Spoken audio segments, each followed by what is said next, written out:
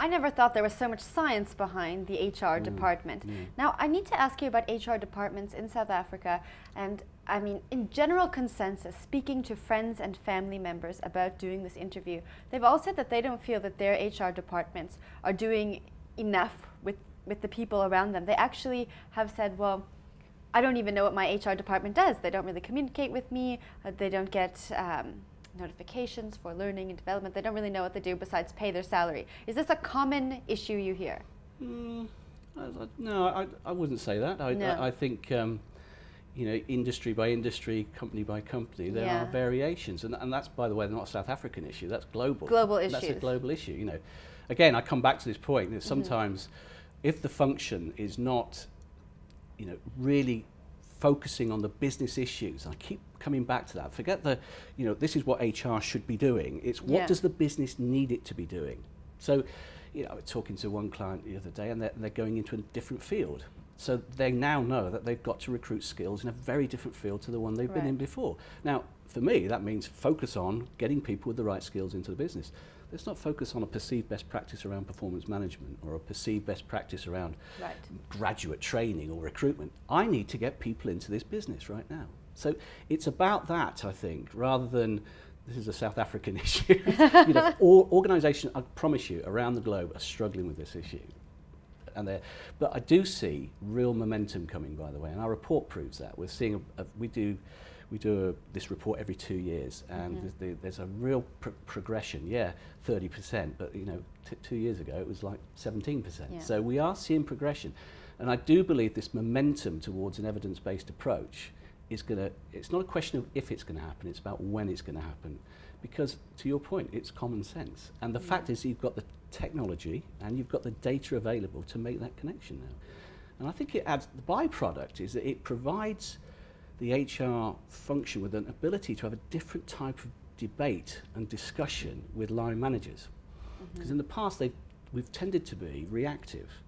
Now, armed with evidence, you can go in there and have a much more proactive discussion. So you do realise, don't you, that McDonald's, again in our report, the most successful McDonald's restaurants are the ones where they've got at least one person over 60. I don't know, again, it's fascinating stuff. It is actually fascinating information. These things you would never think about. But just think about the conversation you're now going to have with that line manager armed with evidence. I mean, the analogy I always draw is, why would a finance director wouldn't go and talk to the CEO unless they had finance data to take along to prove their point?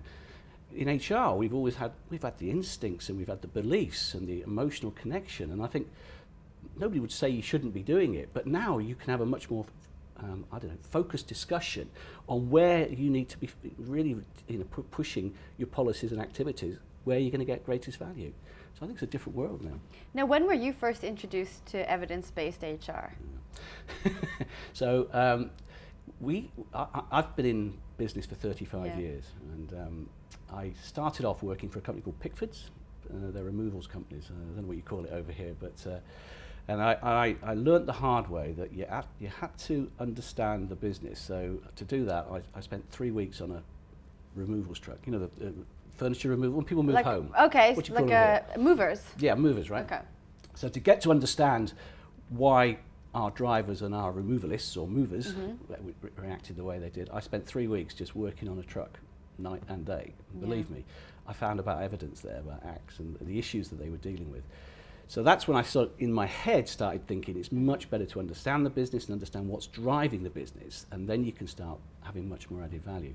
In terms of when this particular era, I think it's recent. It is relatively recent. It's 5 years. It's when the whole big data thing started to come out, and technology is now enabling you to bring different sources of data together. So it's a relatively new phenomenon.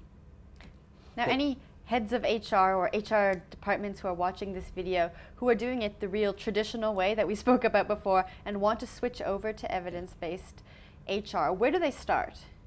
Well, I think there are 3 critical success factors around this. The first is embrace data and embrace technology and embrace the whole concept of statistics. Have you seen the film Moneyball? a long time ago. Okay, so the Moneyball was, just for everybody, Moneyball was the movie with Brad Pitt where he ran a baseball team, Yes. basically on stats. Yes. He picked all his players on the stats of their organisation, and that was it. Now, we're not saying that you run your HR function or your people department on stats alone, but by using the stats and the analysis, and the data, you can apply your knowledge, your experience to provide insight to that data and create policies that are going to be much more effective. But you have to embrace the technology and you have to embrace the data. That's number one. Secondly, this point about being industry aware and company aware, you really genuinely have to get that level of business acumen and that level of understanding of how your business operates, what the value chain is, what the key business issues you're trying to address, so you can interpret them in terms of people issues and then apply the data to assessing what's the right way forward. And the third thing I think relates to the operating model of HR. And what I mean by that is not the structure necessarily, but you need to start thinking about where the data goes. Who has authority to utilize the data? How are decisions going to be made around when you've got the insight, when you've got the knowledge? I'll give you one example. If the organisation are predicting that somebody who's been in an organisation for 3 years is likely to leave unless you move them, you've got to think about, well, who's going to make the decision to move that person around? If it's a line management decision, you may have a problem because the person wants to hang on to his best performer, right? But actually, for the sake of the company, it might want to move on.